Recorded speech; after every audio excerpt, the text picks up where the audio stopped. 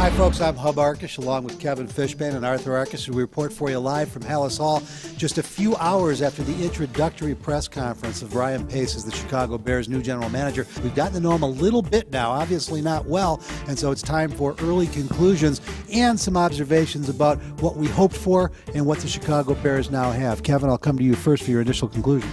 Well, you can kind of see what George McCaskey and Ted Phillips saw. Here's someone with a young, bright mind who's been in a great organization, New Orleans, with the Saints. And I thought it was interesting how much he talked about Sean Payton and Mickey Loomis. And, you know, when you looked at these GM candidates, there were the resumes were kind of similar in terms of what they had done. But what helped Ryan Pace stand out is who he had done it with, where he had been. And that's New Orleans, a very successful franchise. And you could tell how much that had an impact on a lot of his views on these things. Arthur, there's been a lot of opinion that one of the best moves for the Bears would be if Ted Phillips was completely removed from the football operation. That's not going to happen. We will have Ryan Pace reporting to him. But at the same time, it was Ted Phillips who adamantly said all football decisions, head coach, roster, final 53, they are up to Ryan Pace. He will not be checking with Ted Phillips. Yeah, he didn't leave any uncertainty for sure. It was interesting to hear that he'll be reporting to Phillips. But no, it was very encouraging. I thought he navigated his first press conference very, very well. And it was especially encouraging to hear the focus on the draft. You know, his predecessor, Phil Emery, was admitted that he was more of a pro personnel guy. He felt more comfortable there. Exact opposite here with Ryan Pace. Said they're going to build through the draft. That's how you sustain success and eventually try and build a Super Bowl winner. And again, I thought he was very comfortable in his own skin. You couldn't really tell he was a 37-year-old inexperienced first-time GM for the most part.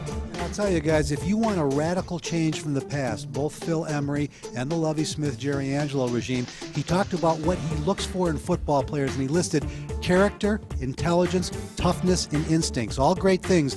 Not a word about speed and athleticism. Obviously, you want it, but a different focus as he evaluates football players. And here's someone with a wealth of experience evaluating talent for New Orleans. You talk about 14 years in the organization, the last few years as the director of player personnel, pro scout, a guy who spent his time evaluating players. I know there's some people who may be a little concerned that he wasn't as directly involved in the draft, but he was clear that in New Orleans they had a great situation where the pro scouts and the college scouts worked together. And when you're evaluating a pro player, whether it be in training camp to add somebody to your practice squad, there's not much different when you're evaluating the college players. Just having that knack to know what these players can contribute to a team, and he seems to have that down.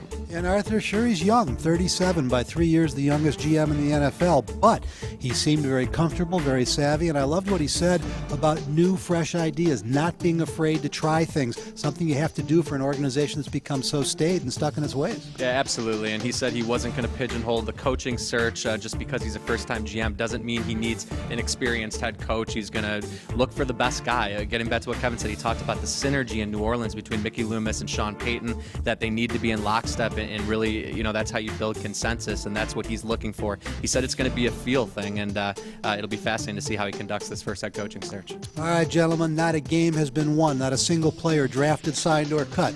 We don't know how this is going to go, but initial impressions, I think it's safe to say that Ryan Pace did a great job in his first day on the job. That'll do it from Hallis Hall, but for the best coverage not only of the developing head coach search, but the retooling of your Chicago Bears, you want to stay right where you are at chicagofootball.com, 24 hours a day, 7 days a week.